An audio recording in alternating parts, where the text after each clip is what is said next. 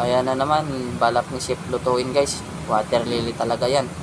Yan na yung literal na water lily. Kinuha niya yung ano, tangkay.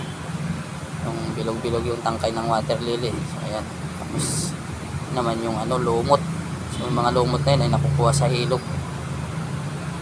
Ano kayang recipe naman ang gagawin niya? Prinito na niya yung lumot. Sabay ano na, halo-haloin na niya guys. So, sabay nilagay na niya yung ano, yung tangkay ng water lily. Pinigan niya muna kasi masyado daw matubig yan. Ayan, halo-halo hanggang makuha niya yung texture na gusto niya. So,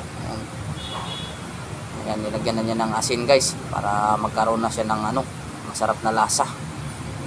Sabay halo-haloin niya para pantay talaga yung ano, lasa. So masyadong ano, maraming tubig. So matubig talaga yung ano na yan kasi water lily yan eh.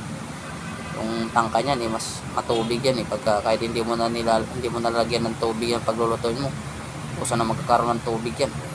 So ayan, binudburan na niya ng ano, yung asin ay sili. Kaya halo-halo para masarap na. So mukhang masarap nga naman talaga guys. So tingnan nyo, sinandok na niya, sabay hinalo niya sa kanin. Ay kumain na siya guys. So si Tatang talaga napakagaling. So kahit saan ito, kahit nasa bundok ito guys, hindi ito magugutom kasi marami siyang alam na ano, ulam. Kahit anong nakikita niya, inuulam niya. Ayan. Dito sa atin yan, hindi natin inuulam yan eh. So ewan ko lang sa ibang lugar, pero sa amin walang mag-uulam ng ganyan.